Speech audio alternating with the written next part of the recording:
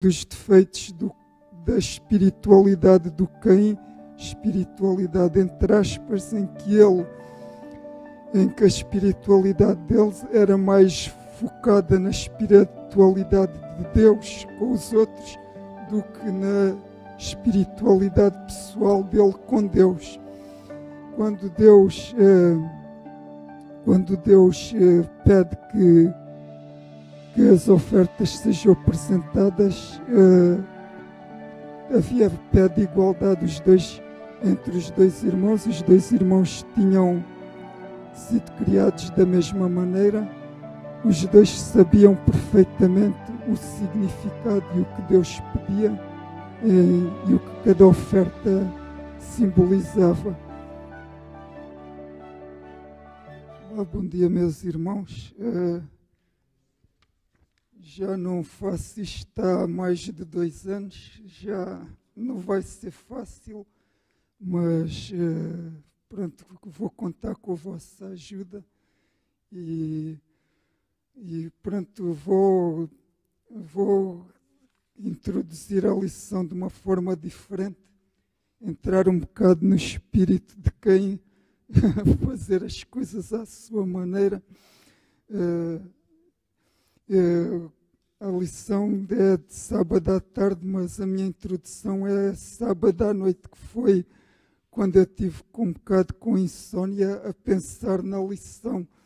O que é que poderia falar numa história já tão conhecida, tão curta, relativamente o relato é curto, como é que eu ia falar sobre a lição? E comecei a ficar espantado e meio perdido com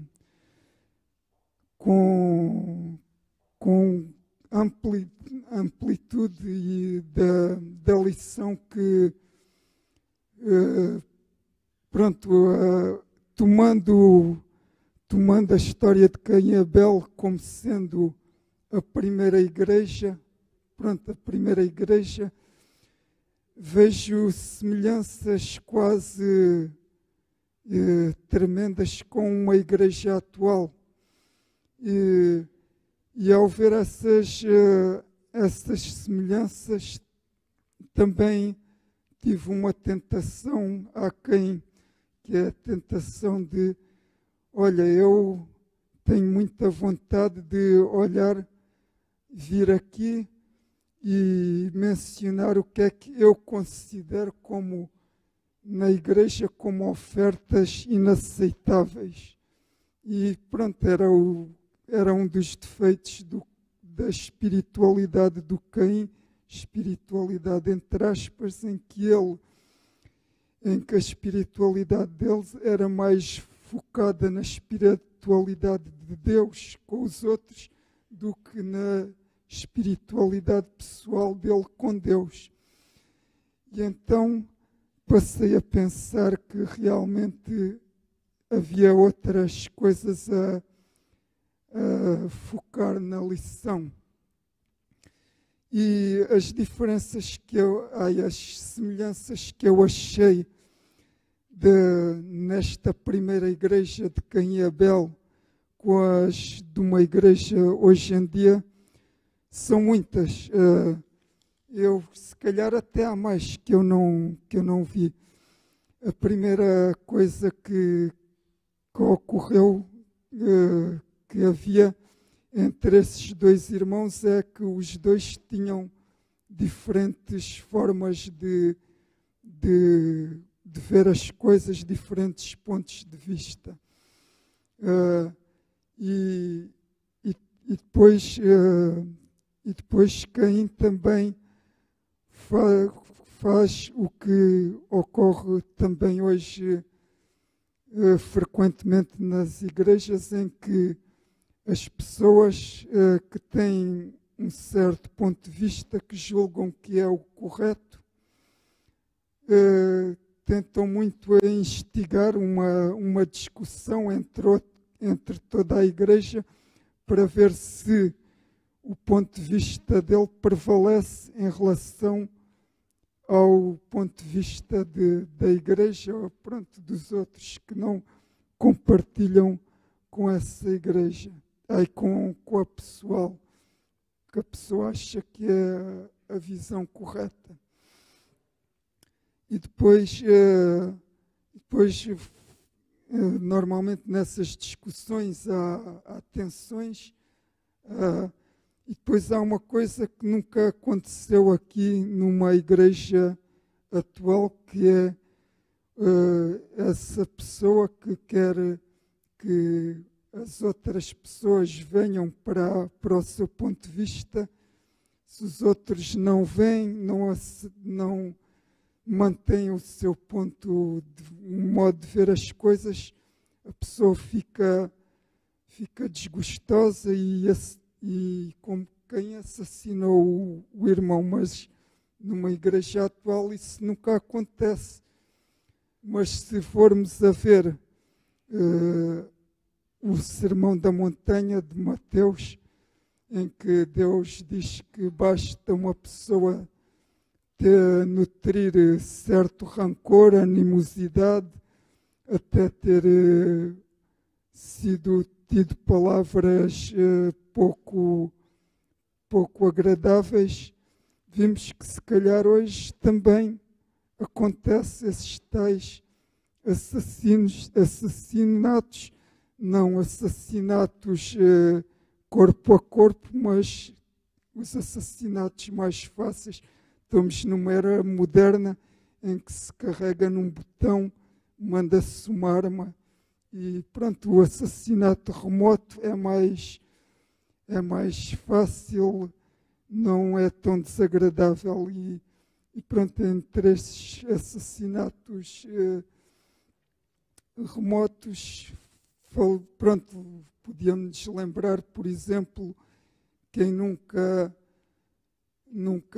no seu grupo íntimo de pessoas amigas da igreja alguma vez não se lembrou de uma mágoa ou desabafou de alguma outra pessoa que não está presente, que a pessoa não lhe tratou bem, e isso não lhe fez o que devia de ser feito.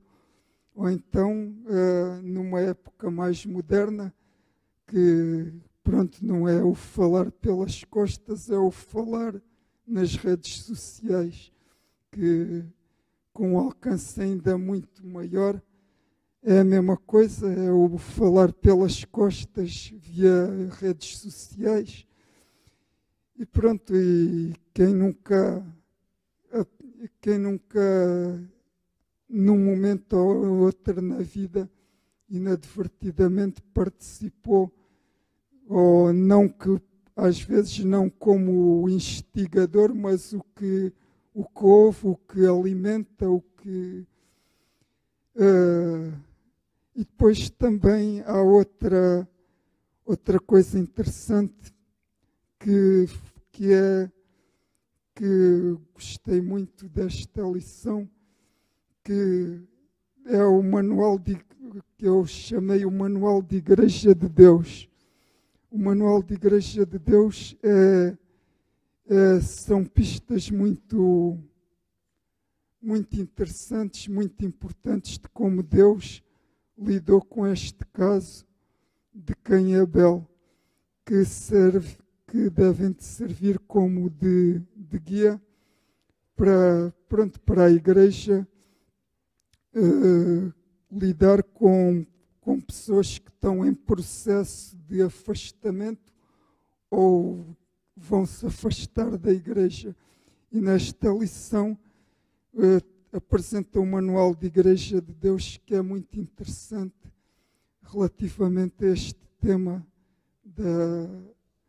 E por fim, entre estes pontos em comum da igreja de Caim e Abel com a igreja atual, é a marcação de pessoas que fazem, eu digo muito bem, gostam de profecia, têm um interesse grande em profecia, estudam profecia, mas são um bocadinho apressadas, e como a lição fala de Eva em relação a quem, aquele já era o Messias.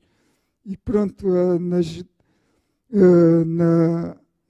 na Igreja de hoje também vê-se este aspecto de pessoas que gostam muito de profecia, têm um interesse grande em profecia, mas são um pouco apressados, que quando não marcam a data, marcam um período de tempo que vai vir daqui, Jesus vai vir daqui a 1 ano, ou 2, ou 3. Estes foram os pontos, que eu achei de ligação entre a lição, entre a igreja, o que eu chamei a igreja de Caim e Abel, e uma igreja dos tempos 2. E agora vamos seguir agora mesmo a lição, e vamos começar com Caim e Abel. Achei muito interessante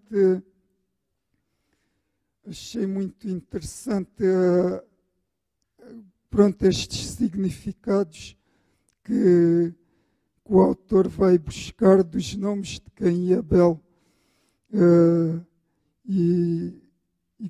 E pronto, quando é logo após a queda, o primeiro relato que temos na Escritura, vem logo o nascimento de Caim, e como Eva, ao ter o primeiro filho, o primogênito,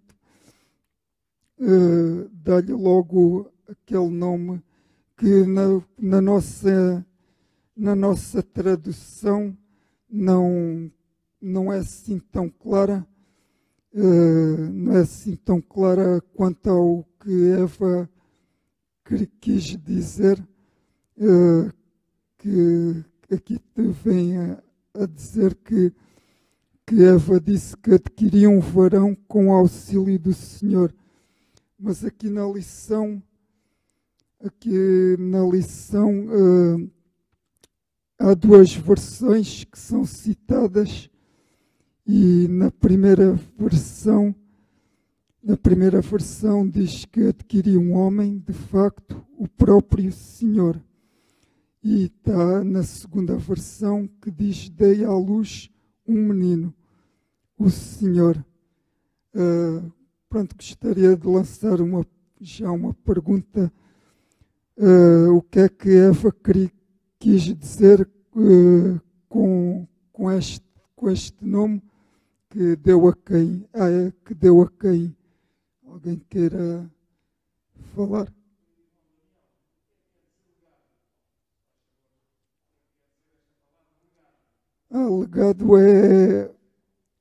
Legado é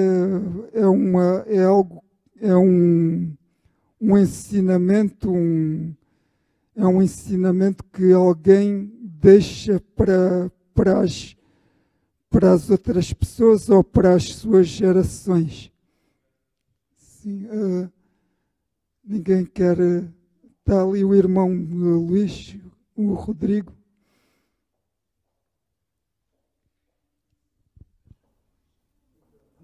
Daniel,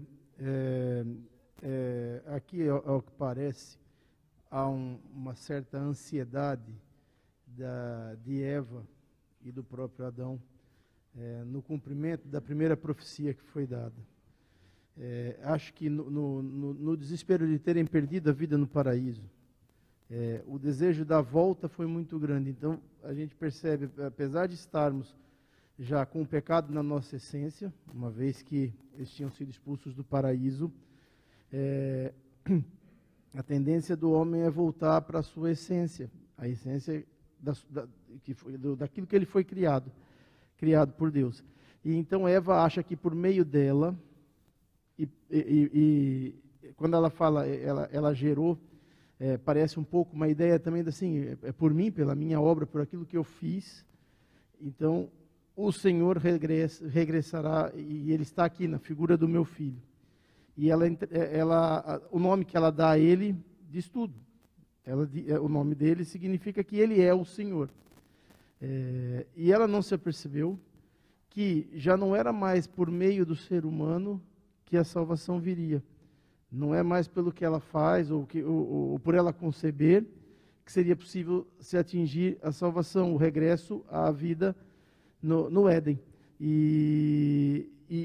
Então, ela estava tão obcecada com isso que, ao ter o segundo filho, ela simplesmente o ignorou. O nome que deu a ele, inclusive, é isso, é um vazio, é um nada. Ela acabou por ignorar totalmente Abel, em termos do papel que ele teria dentro do seio daquela família. E ela olhava só para Caim. A Bíblia ela é muito restrita, ela não conta a história completa, mas ao que parece, Caim deve ter tido tudo por parte dos pais. A gente sabe que às vezes a mãe tem um afeto maior por um filho, por conta de afinidades e tudo, enquanto Abel, possivelmente, não tinha a mesma atenção que Caim.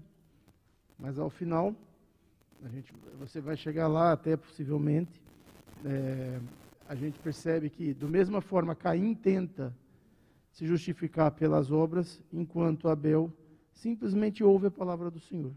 Só isso. E isso mostra já a ideia de que Abel acreditava efetivamente em Deus. Alguém mais que tem alguma observação, queira participar? O irmão Rodrigo realmente focou resumiu esta lição de domingo, em que de facto Eva tinha aquele desejo de voltar ao Éden, ao paraíso, de ter a salvação, e viu logo em Caim o Salvador. Julgo que é uma coisa que não podemos, é algo que também percorre a história da Igreja toda. Julgo que em todas as épocas, Eva teve aquele privilégio de estar no paraíso, de ter aquela ligação cara a cara com Deus todos os dias, e julgo que ela não devia querer mais nada do que voltar a essa realidade que teve.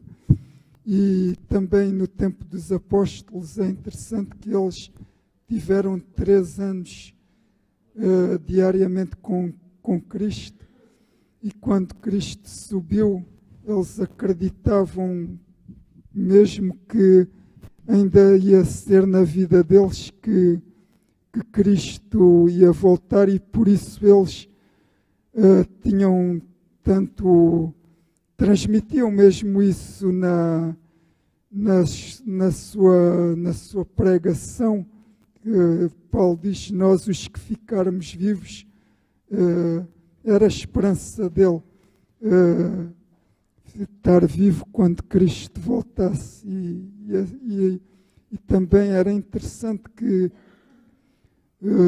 também no tempo do grande desapontamento, ou antes do grande desapontamento, essa esperança que as pessoas tinham, apesar de saberem que o dia e a hora ninguém podia determinar, mas eles tinham essa esperança. Não, Filipe pode participar. E é exatamente focar o que estás a focar agora. É que é exatamente isso que deve ocupar a nossa mente.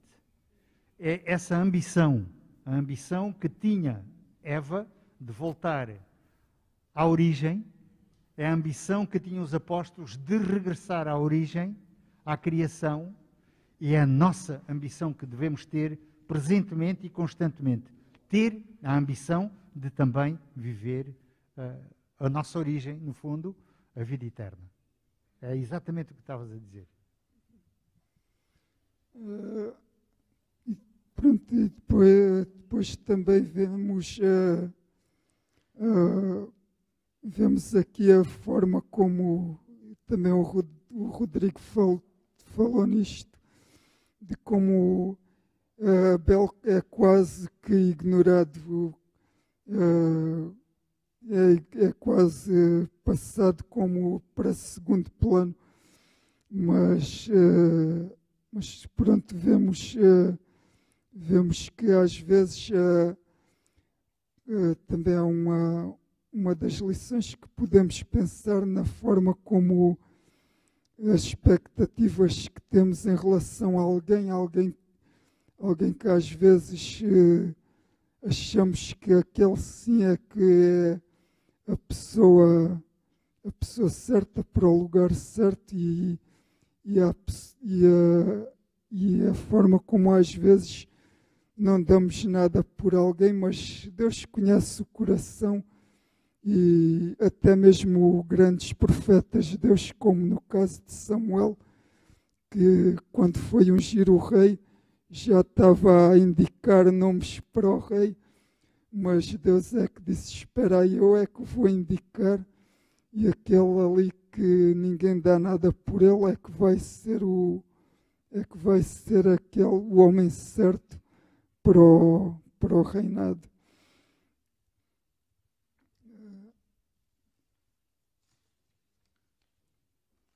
Então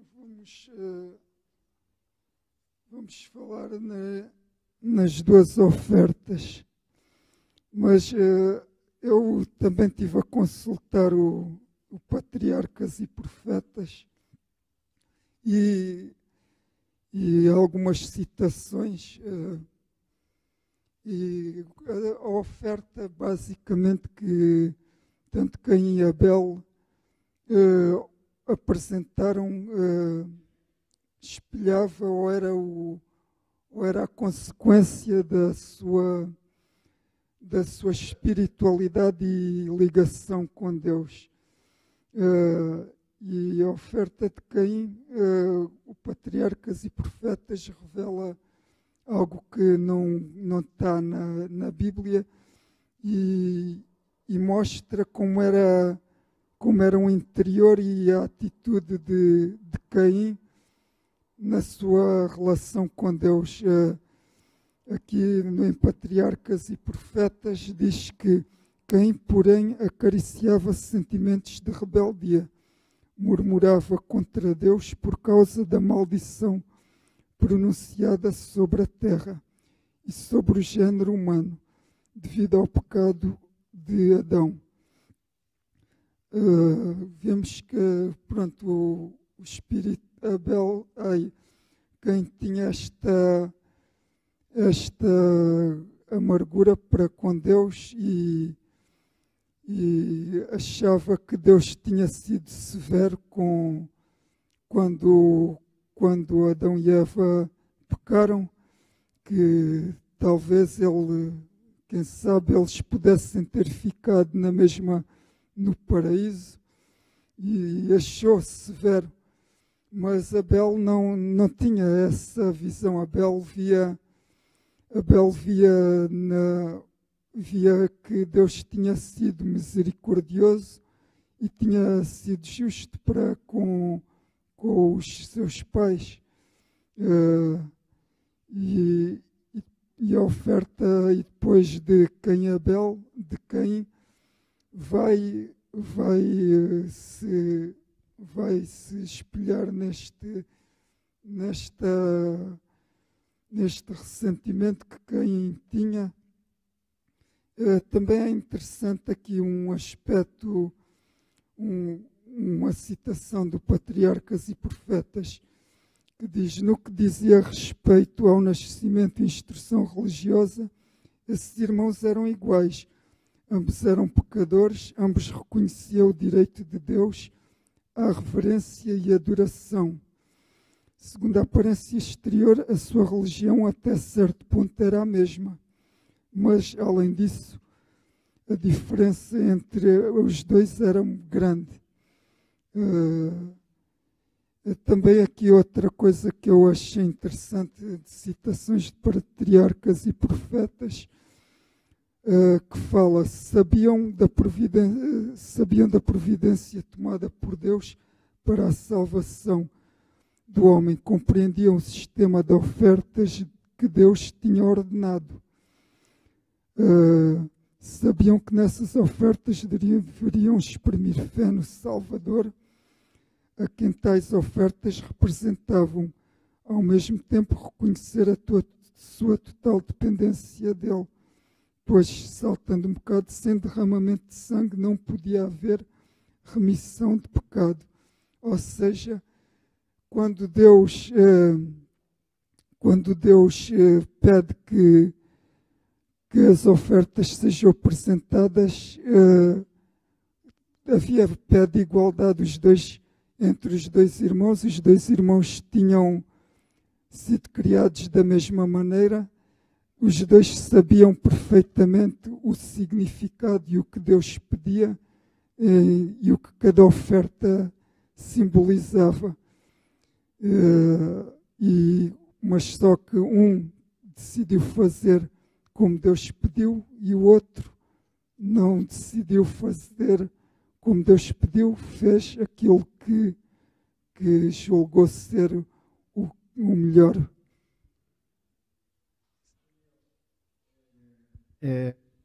No contexto familiar de Adão, Eva e Caim e Abel, tem uma informação que está implícita e que parece ser evidente, apesar de não estar escrita.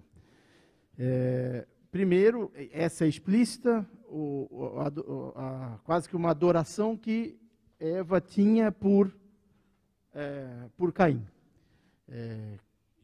Isso é muito evidente. E, em segundo lugar, essa ideia da criação, vamos dizer, entre aspas, do filho mais mimado, no sentido de que Caim tinha toda a atenção para ele, enquanto Abel cumpria o seu papel como pastor de ovelhas, cordeiros. A questão é que o sacrifício pedido era exatamente o cordeiro. E quem era o pastor era Abel.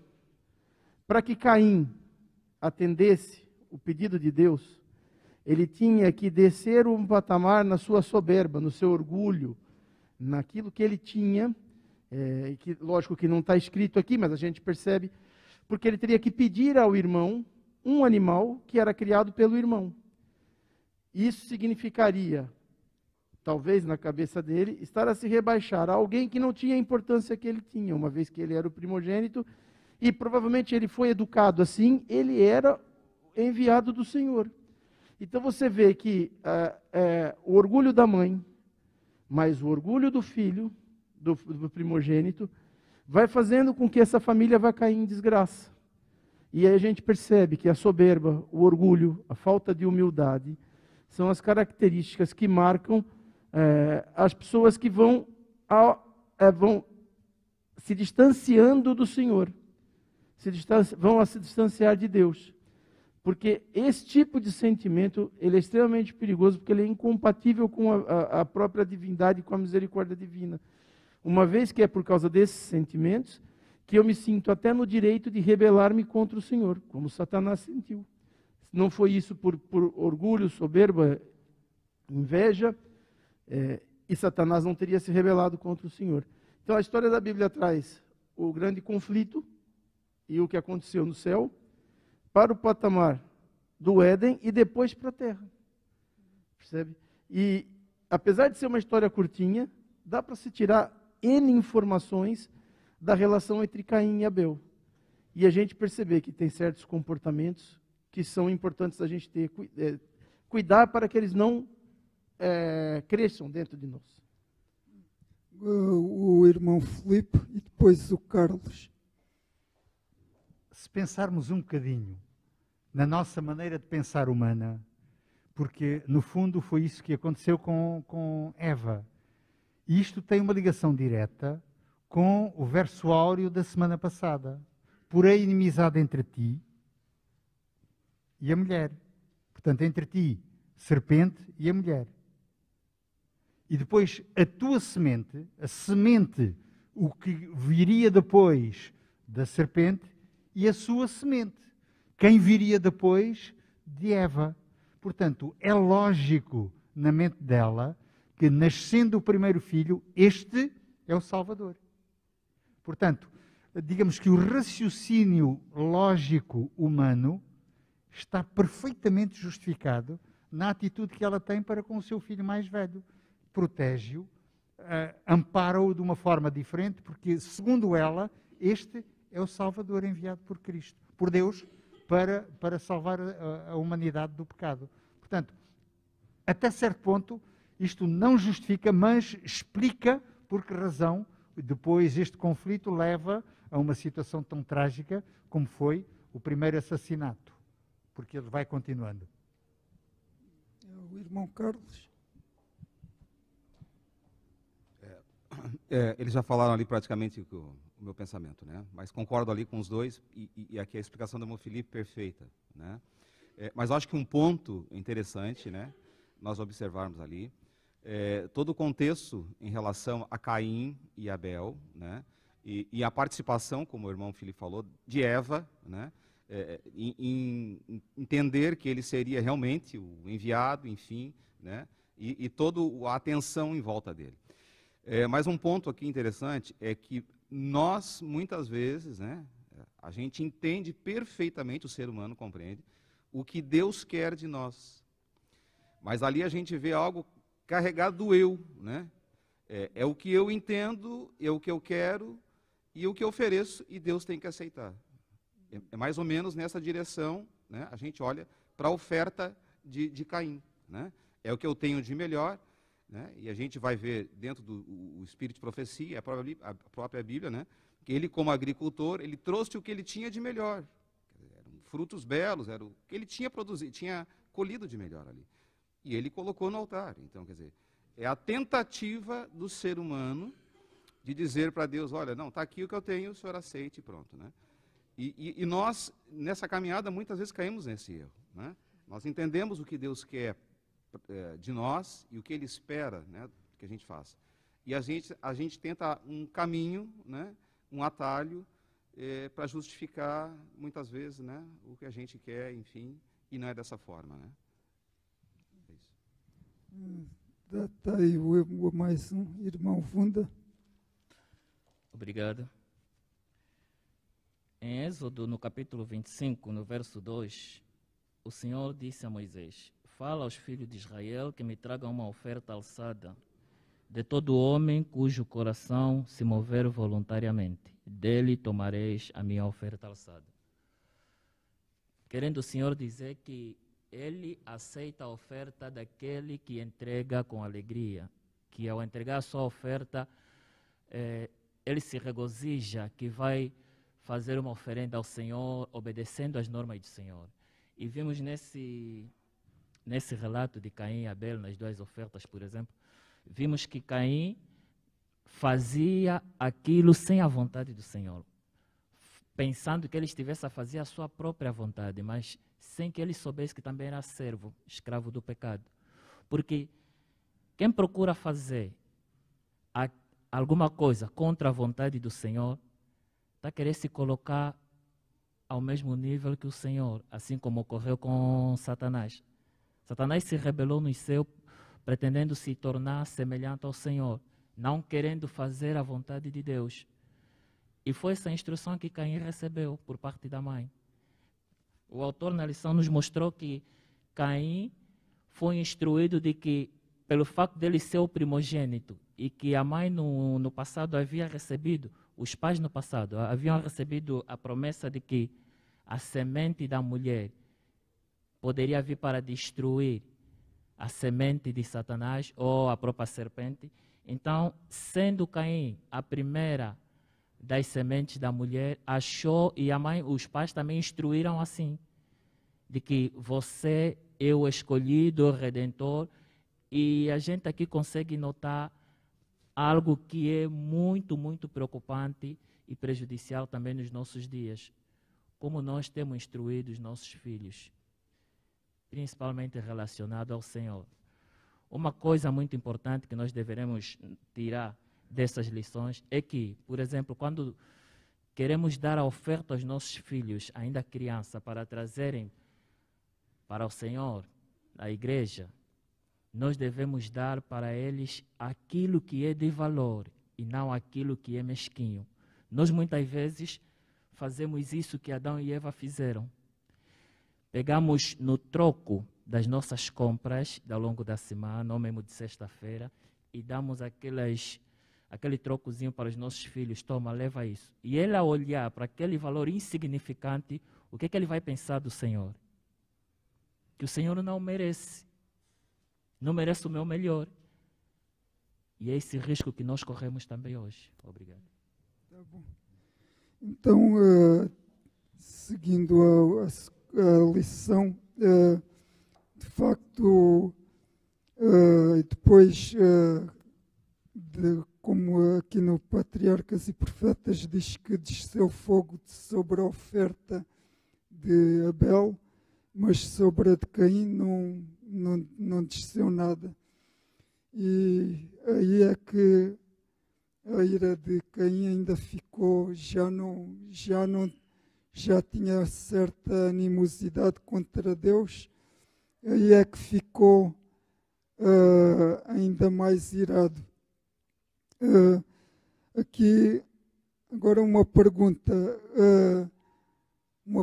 que lanço, realmente houve um favoritismo da parte de Deus em relação a uma oferta e a outra, ou não?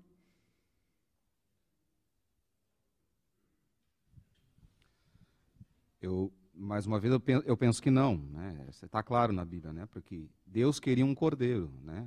Teria que haver derramamento de sangue e remissão do pecado. Então, não houve favoritismo. Simplesmente a posição de Deus correta em aceitar aquilo que ele pediu. Né? Ponto final.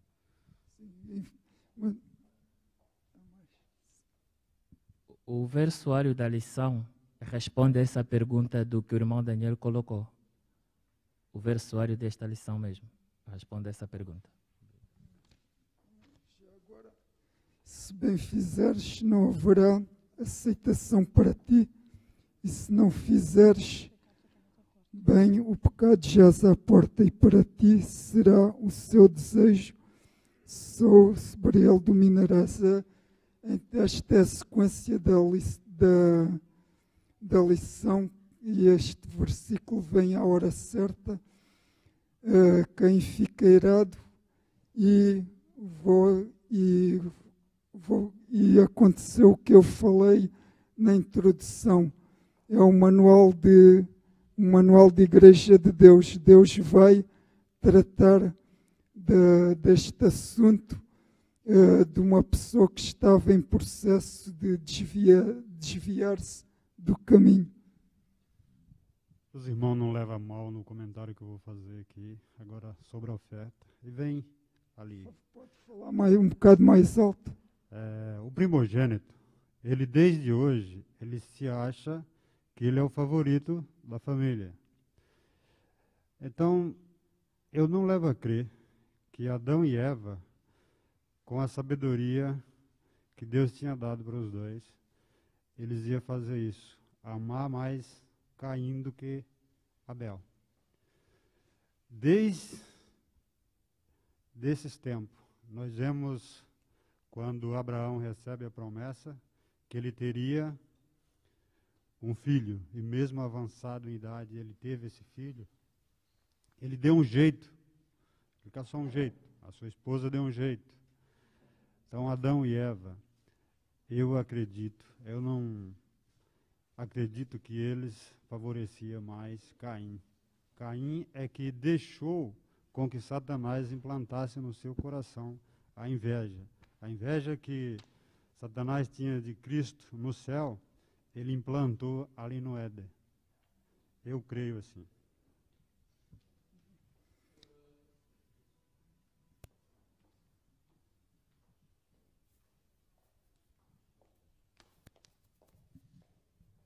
Obrigado, querido irmão Daniel. Eu vou buscar com cada coisa, mas quer dizer, Caim tirou a vida ao seu irmão Abel. e só quem tem poder para tirar a vida é Deus. Eu sempre aprendi na Igreja Católica, quando uma pessoa mata outra, comete um pecado mortal que não tem perdão. Agora, à luz da palavra de Deus, acha que este pecado de Caim teve perdão? Ele salvou-se ou não? Então, tem muitos outros exemplos na Bíblia de pessoas que assassinaram e foram perdoadas.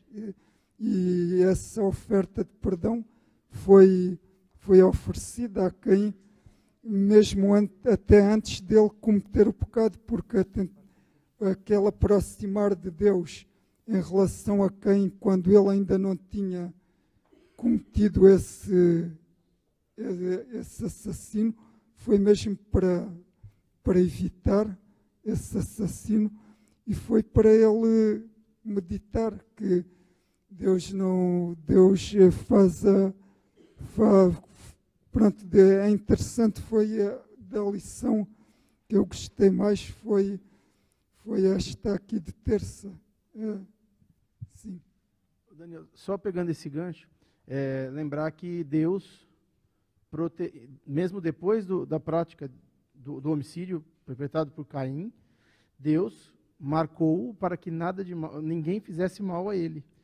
Ou seja, maior prova de misericórdia divina do que proteger aquele que matou o seu irmão, não há. Sim. Irmão Carlos. Daniel, só um ponto aqui. Eu acredito que a aceitação de Deus do sacrifício de Abel e a negação ao sacrifício de Caim, ali eu acredito que tenha sido a gota d'água para Caim, né? A Bíblia diz que quando ele percebe que Deus aceita o sacrifício do seu irmão, diz que o seu semblante se desfigurou, né? Eu acho que a Bíblia não fala, né? Não traz isso, mas pelo que a gente lê e entende ali, eu acredito que já havia entre os dois alguma disputa, alguma rixa, alguma diferença grande, né? Então, eu acho que quando Deus aceita o sacrifício de Abel, ali acho que foi o ponto culminante, né? Quer dizer, dali a Bíblia diz que o coração dele se encheu de ódio contra o irmão e ele acaba matando o irmão, né? E a gente vê que as coisas se repetem, né? Como aconteceu no Éden, quando Adão e Eva pecam e se escondem, Deus vai ao encontro deles, vai em direção a eles, quer dizer, oferecendo graça, né? E em buscar o ser humano caído no pecado, né? E a mesma coisa acontece com Caim, né? Deus foi saber dele, o que tinha acontecido. Então, a gente percebe ali nesse momento a graça e a misericórdia de Deus, oferecendo para ele a possibilidade de ele se arrepender, né? Mas a gente também vê no contexto ali que ele não. Tanto é que ele diz, né? Deus pede, onde está o teu irmão? Ele diz, por acaso eu sou o guardador do meu irmão? Quer dizer, ele se achou se exaltou tanto que ele se achou no direito de afrontar Deus, né? Então, quer dizer, ali ele selou o destino dele, né? Não aceitando o perdão e a reconciliação que Deus queria ter com ele novamente. Aqui o Patriarcas e Profetas dá uma luz sobre que o que levou Caim a matar o seu irmão é que não foi que ele não ficou só revoltado com o fogo não descer sobre a sua oferta, é que ele queria que o seu irmão se unisse à sua rebelião contra Deus, mas Abel não manteve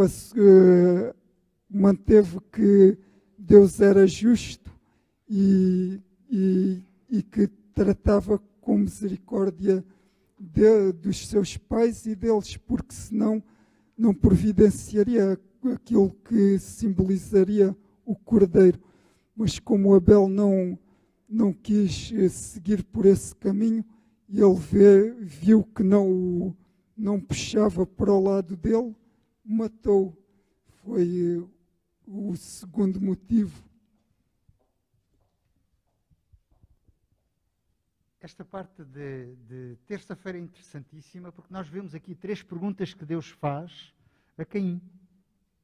Mas porquê que descai o teu semblante? Porquê que tu estás assim? Porquê que tu estás irado porque eu não aceitei a tua oferta? não sabias que não era esta a oferta que eu te pedia? Ele seguramente sabia. E depois a seguir vem uma segunda pergunta, mas onde é que está o teu irmão Abel? Caim foi sempre respondendo. A resposta de Caim, provavelmente todos nós nos identificamos nela. Muitas vezes Deus questiona-nos também e nós respondemos segundo a nossa vontade. O mesmo fez Abel. Fez Caim, perdão.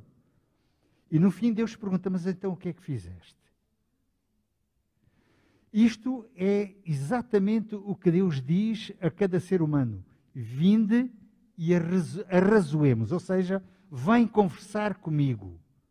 Este é o convite de Deus para cada um de nós. Respondemos nós ao convite de Deus?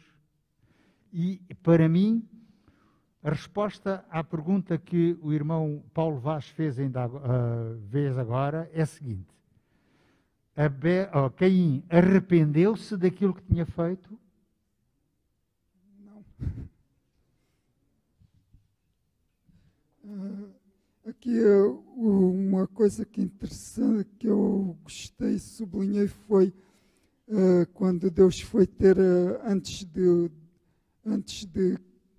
Caim cometer o crime, está aqui num parágrafo, Deus incentiva Caim a fazer o bem.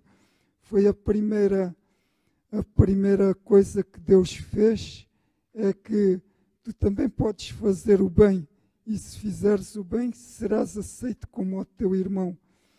E depois ele adverte que quem estava naquele registro do rancor, do ódio, e depois ele disse, tu tens esse desejo no teu coração, mas também disse, tu podes derrotar, podes vencer esse sentimento. Deus só incentivou, só deu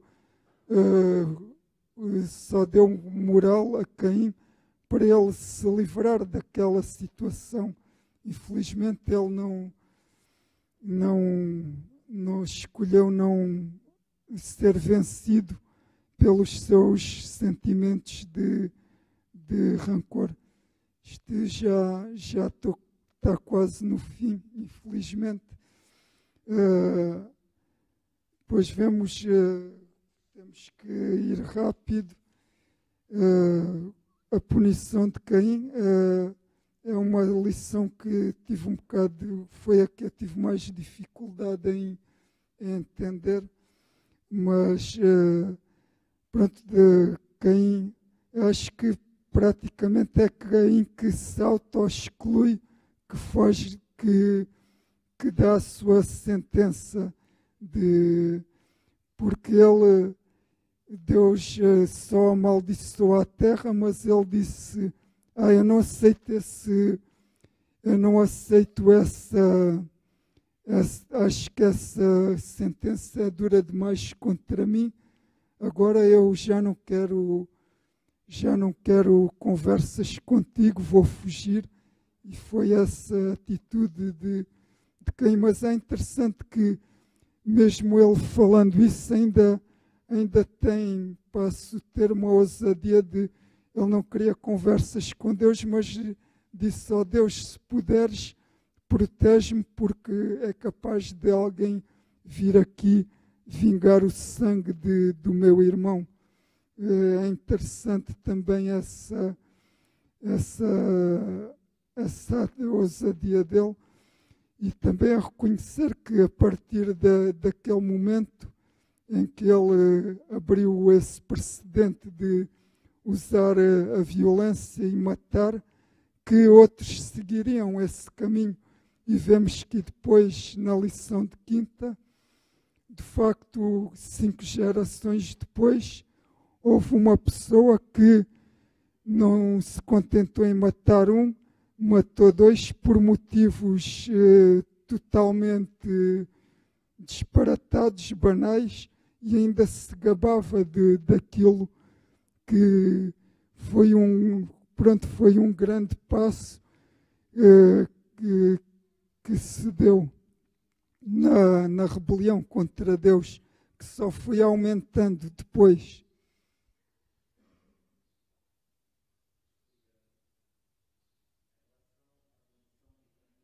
Queria te fazer um comentário que no livro de Romanos, no capítulo 5, no verso 20, diz que veio, porém, a lei para que a ofensa abundasse. Mas onde o pecado abundou, superabundou a graça. Deus, ao questionar Caim, onde está teu irmão, por meio desse diálogo, Deus pretendia com que Caim reconhecesse e recebesse a graça, esse perdão que Deus confere ao ser humano pecador. Mas Caim o negou. E Caim, ao negar, recebe a punição de Deus, que nós confirmamos também isso no livro de Jeremias, no capítulo 17, verso 5. Deus diz aqui, nesse livro, que assim diz o Senhor: maldito o homem que confia no homem e faz da carne o seu braço e aparta do seu coração, e aparta o seu coração do Senhor. Querendo mostrar que quem deixa de confiar em Deus torna-se maldito. Por isso, Caim recebeu a maldição que Adão no princípio não recebeu. Adão não recebeu a maldição, mas a terra foi amaldiçoada no princípio. Mas já Caim, por negar, recebe a maldição, conforme diz aqui no livro de Jeremias. Obrigado.